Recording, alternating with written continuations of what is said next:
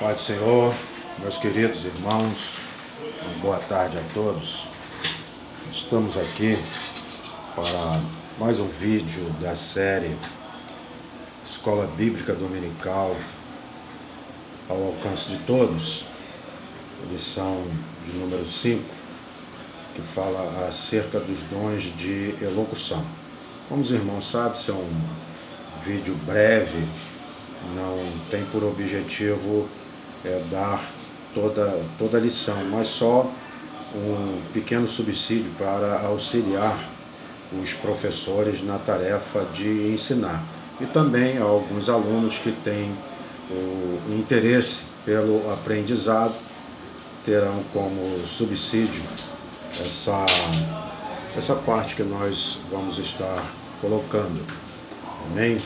Então nós vamos estar falando acerca do dom de profecia, algumas características desse dom muito peculiarmente usado nas nossas igrejas pentecostais.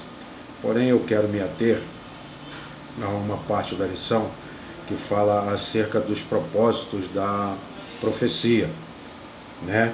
E o propósito da profecia é contribuir para a edificação. A profecia, ela tem essa finalidade, esse propósito, tá? Melhor dizendo, que é de contribuir para a edificação.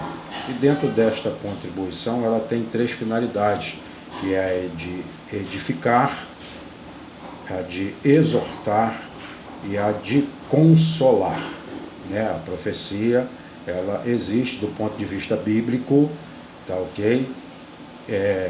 Que é o de edificar, que é o de exortar e consolar. Tá? Isso não é um ponto de vista doutrinário, nem um ponto de vista teológico, é um ponto de vista bíblico. Tá?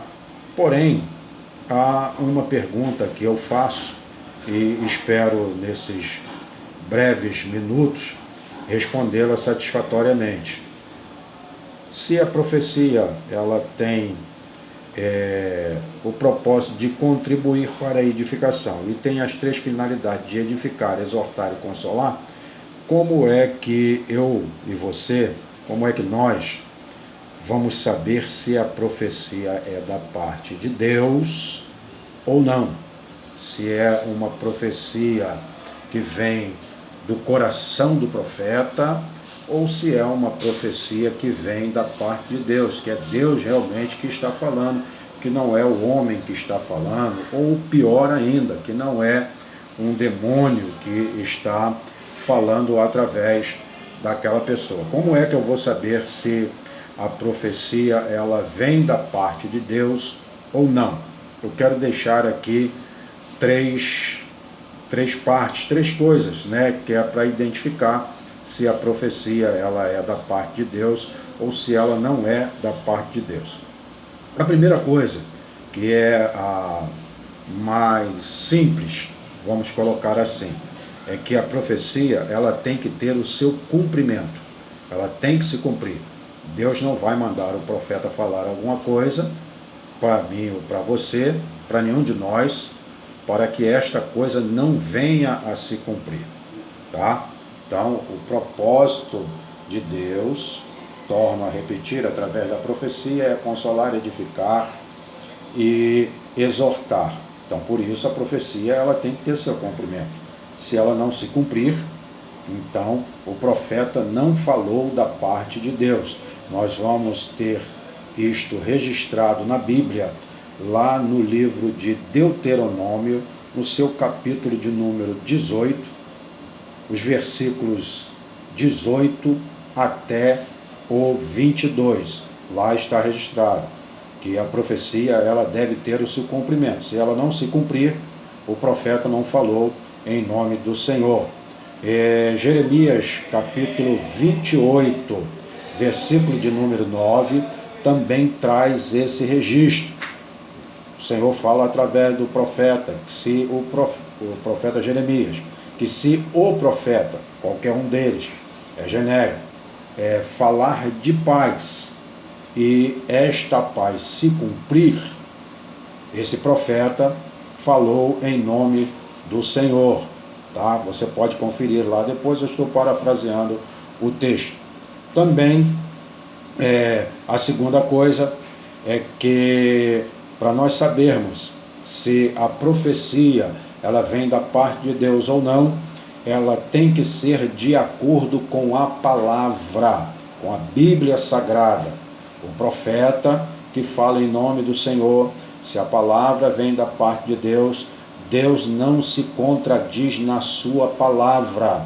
A Bíblia diz, através do profeta Jeremias, porque eu velo pela minha palavra para a cumprir. Deus, ele vela pela sua palavra para a cumprir. Lá no livro de Números, se não me falha a memória, no seu capítulo de número 21, né? Quando Deus está falando com Balaão, o profeta fala para Baraque, que Deus não é o homem para que minta e nem filho do homem para que se arrependa.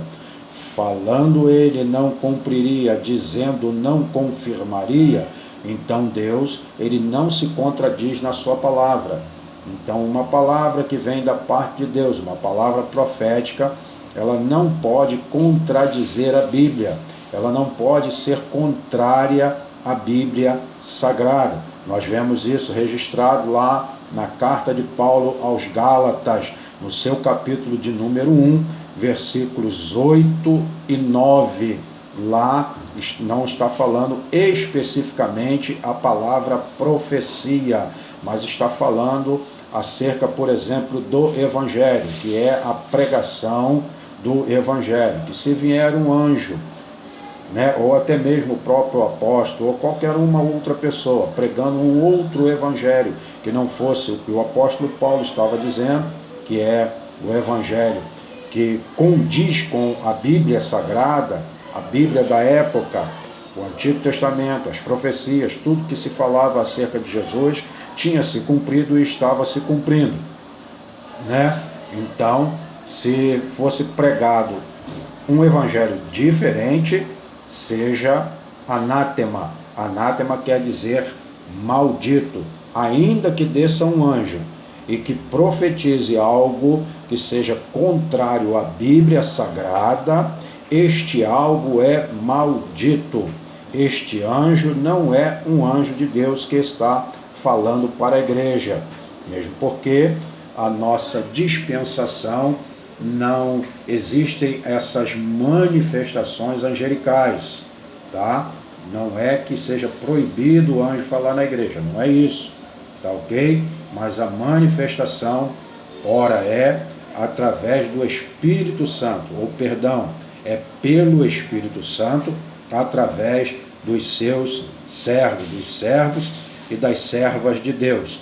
E a terceira coisa, se a profecia se cumprir, isso aqui é mais perigoso, digamos assim, para que se haja mais cautela, é algo mais cauteloso, mais cuidadoso, e exige um pouco mais de profundidade no conhecimento, tá? Porque há um risco muito grande. Qual é o risco? É que se a profecia se cumprir, ela pode não ser de Deus. Ora, como é que funciona isso? Se lá, a primeira colocação que eu fiz é que se a profecia se cumprir, ela é de Deus. Mas, porém, contudo e todavia, se a profecia se cumprir, ela pode não ser de Deus. Como é que funciona isso? Eu vou te dizer, a Bíblia nos dá respaldo para isso, tá? Se a profecia se cumprir, mas o propósito do profeta é levar aquele crente a quem a profecia foi dirigida para o campo da idolatria, esta profecia não é da parte de Deus, tá ok? Isso aí está registrado lá em Deuteronômio, no capítulo de número 13, dos versículos 1 até o versículo de número 4, tá? Ou perdão, até o versículo de número 3 mais precisamente, que diz o seguinte: quando um profeta ou sonhador de sonhos se levantar no meio de ti e te der um sinal ou prodígio. Vou repetir.